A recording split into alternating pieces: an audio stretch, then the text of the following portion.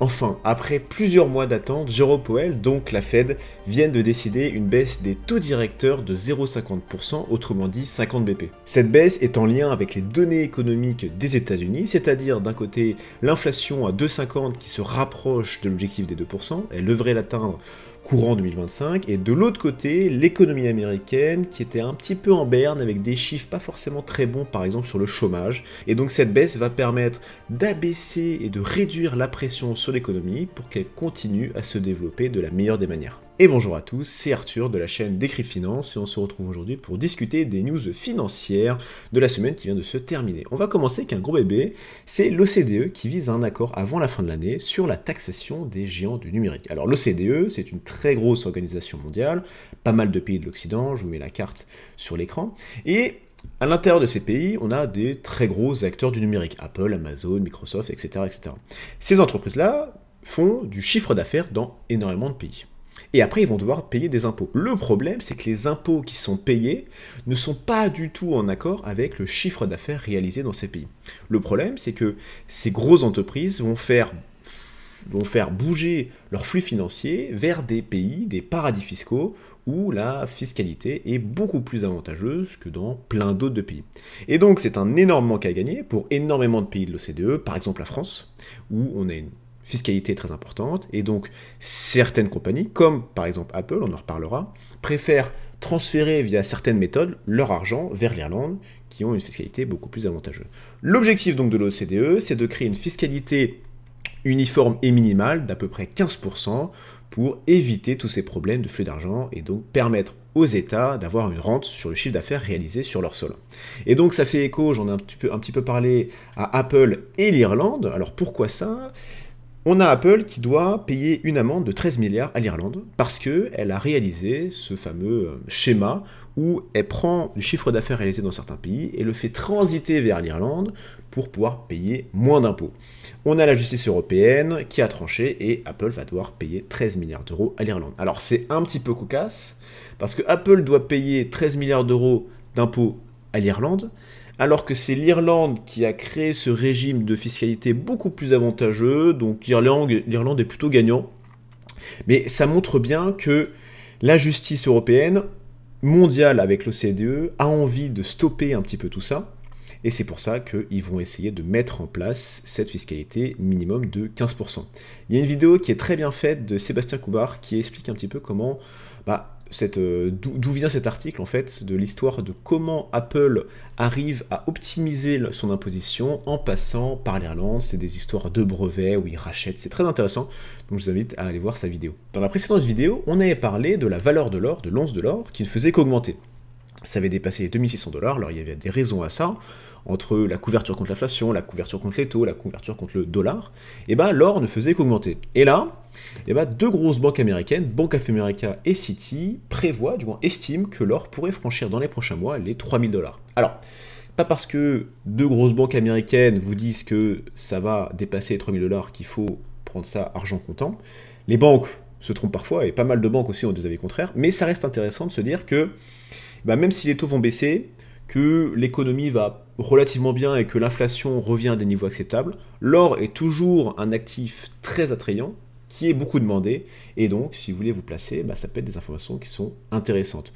Aujourd'hui, on est à 2621 $ l'once, et 3000 $, c'est quand même pas mal de montée, pas mal de développement si vous voulez vous exposer à l'or. Grosse news du côté de la tech américaine, c'est Microsoft qui d'un côté a décidé d'augmenter son dividende de 10%, et de l'autre côté de racheter pour 60 milliards de dollars de ses propres actions. Alors ça montre d'un côté que Microsoft se porte extrêmement bien en termes de santé économique, et très clairement, cette news-là, elle est uniquement pour les actionnaires et pour leur faire plaisir. L'augmentation de dividendes, donc de manière récurrente, avoir plus de dividendes, ça fait quand même plaisir. Et de l'autre côté, avec le rachat des actions, ça fait moins d'actions sur le marché, moins d'offres, et donc automatiquement, ça fait augmenter le cours de l'action. On a d'un côté cette bonne nouvelle très clairement du rachat d'actions, de l'autre côté les dividendes, on pourrait se dire que c'est une bonne nouvelle, et souvent, les investisseurs sont contents quand il y a plus de dividendes, mais il faut aussi savoir que quand un dividende est détaché, donc quand un dividende est versé par l'entreprise à ses actionnaires, et ben, toute cette valeur-là de dividende va être soustraite de la valeur du cours.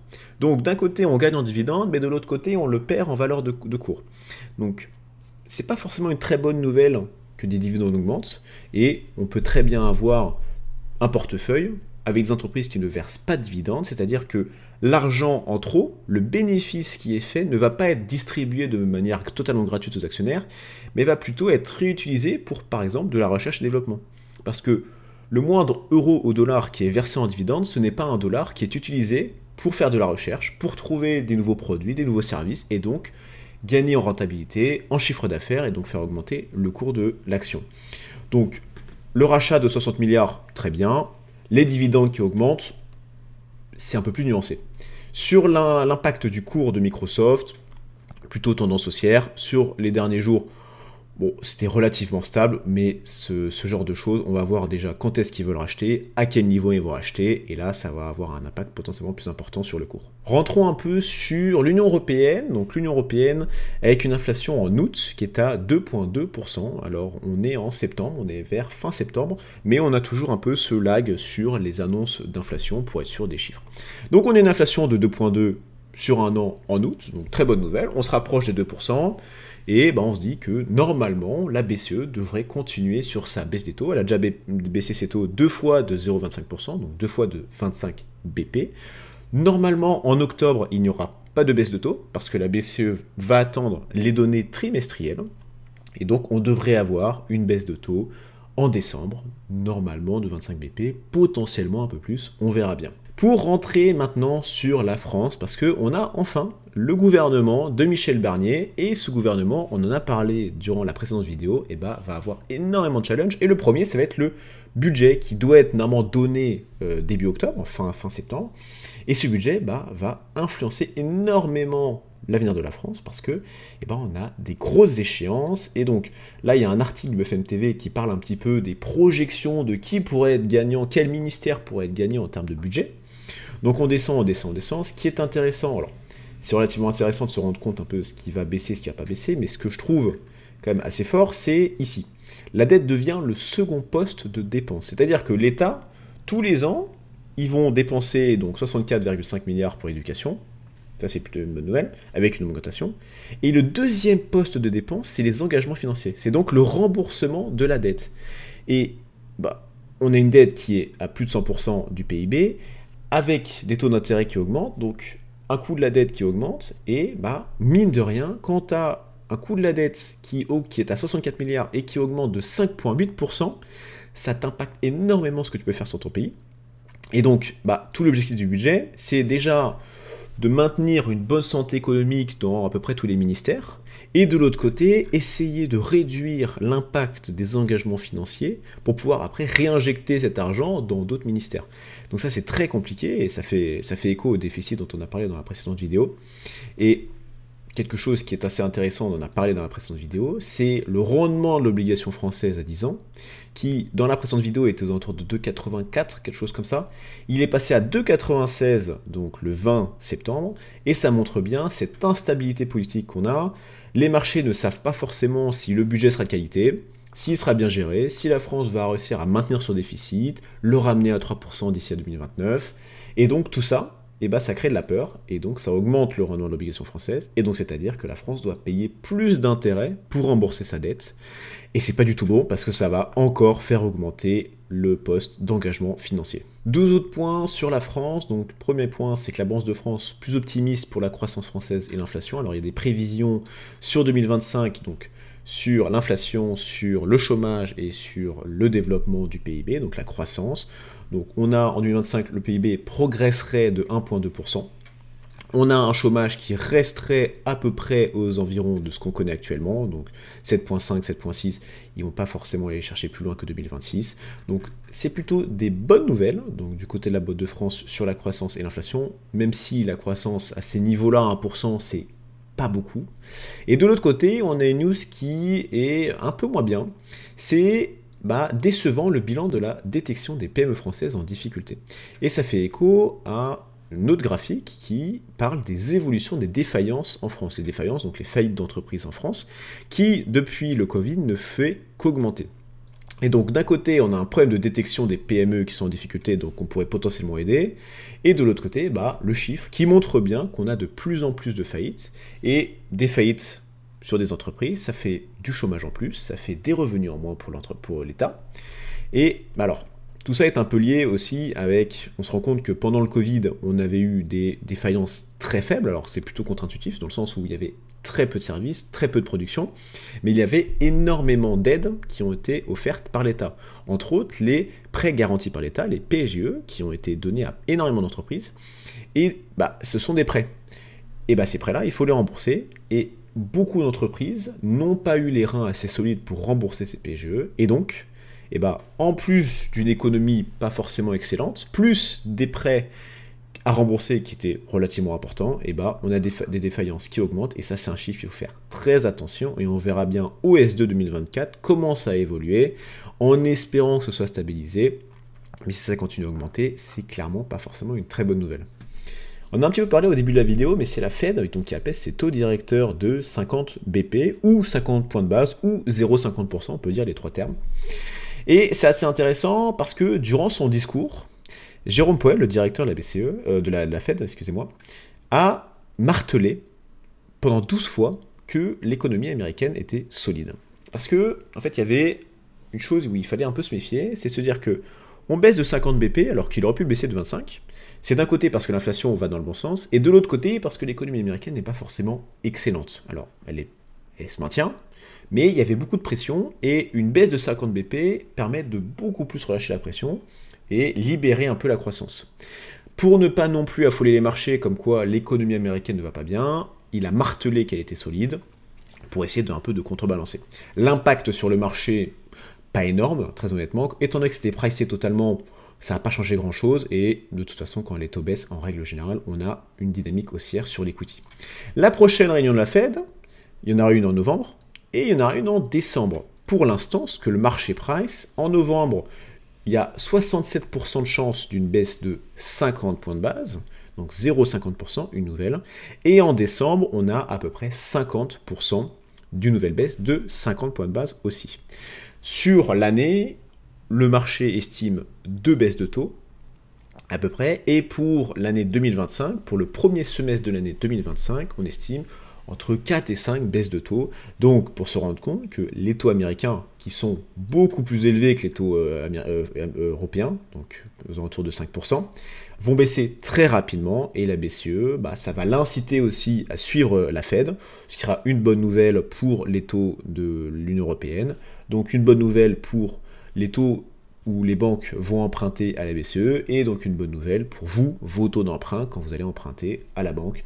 Donc tout ça, c'est une bonne nouvelle, mais c'est tout à fait normal dans le sens où l'inflation se rapproche des deux, et ça sert strictement à rien d'avoir des taux trop élevés, parce que ça va juste éteindre la croissance et l'économie, et donc partir dans un cercle vicieux dont personne ne veut.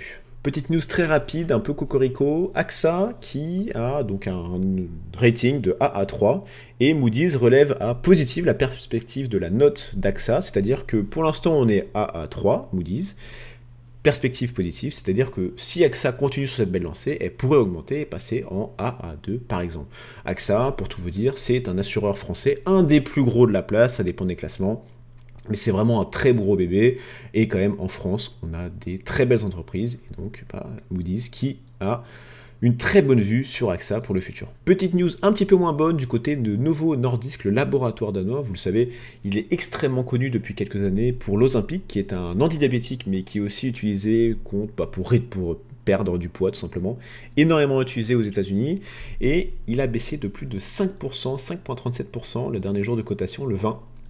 Pourquoi? Parce qu'il teste un autre comprimé contre l'obésité, toujours.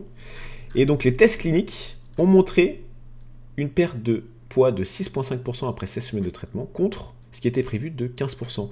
Donc une mauvaise nouvelle par rapport aux prévisions, donc ça impacte fortement la capitalisation boursière de Novo Nordisk, qui a totalement basé sa com et sa production contre l'obésité avec son produit phare, l'Ozempic. Pour rappel, Novo Nordisk, alors c'est pas forcément l'entreprise la plus connue du public, mais c'est la plus grosse entreprise en termes de capitalisation boursière de l'Europe, devant notre fleuron LVMH, malheureusement. Même si LVMH était devant pendant quelques temps, avec l'explosion de l'utilisation de l'Ozempic, qui est vendu à des tarifs totalement aberrants aux États-Unis, entre autres, et bah c'est passé devant. Et même avec cette petite baisse, Novo Nordisk est quand même très élevé. Donc voilà, c'est potentiellement des points d'entrée intéressants si vous pensez que ce genre de médicaments ont de l'avenir et que cette boîte-là aussi va bien en profiter. Je voulais finir avec, entre autres, LVMH, du moins le luxe en France, qui a un petit peu du mal. On a le gros problème, c'est que la Chine, l'économie de la Chine, c'est pas forcément ce qui a le mieux en ce moment. On a une croissance annoncée de 5%, mais sûrement inférieure, et on n'a pas encore de plan de relance en Chine qui pourrait faire repartir la consommation intérieure. Donc on a le luxe qui dépend énormément de la Chine, qui ne se passe pas très bien, et on a LVMH qui baisse, on a Hermès qui baisse, mais surtout celui qui baisse, qui est assez choquant, c'est Kering. Kering, pour tout vous dire, c'est un peu comme LVMH, c'est un regroupement de plein de marques, par exemple Gucci, Saint Laurent, Balenciaga, Puma, je vous mets à l'écran un peu toutes les marques qu'ils ont. Donc c'est quand même un gros bébé, mais avec des chiffres pas très bons, entre autres sur Gucci par exemple, et on a un cours de l'action qui ne fait que s'écrouler. Alors je vous ai dézoomé un petit peu pour vous montrer l'impact de ce qui se passe sur les derniers mois, dernière année. Entre le top 2021 et aujourd'hui, ça a baissé de 70% le cours de Kering, c'est énorme, et donc bien évidemment ça impacte le CAC 40 fortement. Alors, il y a beaucoup de choses qui sont mises en place par Kering pour essayer de relancer tout ça. On a un changement de management du côté de Gucci pour essayer de faire repartir la machine. Et surtout, on espère que la Chine aura son plan de relance pour pouvoir refaire repartir les ventes et donc avoir un secteur du luxe qui fonctionne, qui cartonne, et on l'espère, un LVMH qui redépassera Novo Nordisk dans les capitalisations boursières, on l'espère. Et c'est fini pour les news de cette semaine. Si vous avez des questions, n'hésitez pas à aller dans l'espace commentaires. Si vous avez aussi des articles que vous voulez qu'on regarde pour la semaine prochaine, n'hésitez pas à le faire. Si vous avez aimé la vidéo, n'hésitez pas à mettre un like, à vous abonner si ce n'est pas déjà fait. Pour ma part, je vous souhaite une très bonne journée, une très bonne semaine, et on se retrouve très bientôt pour une prochaine vidéo. À toutes.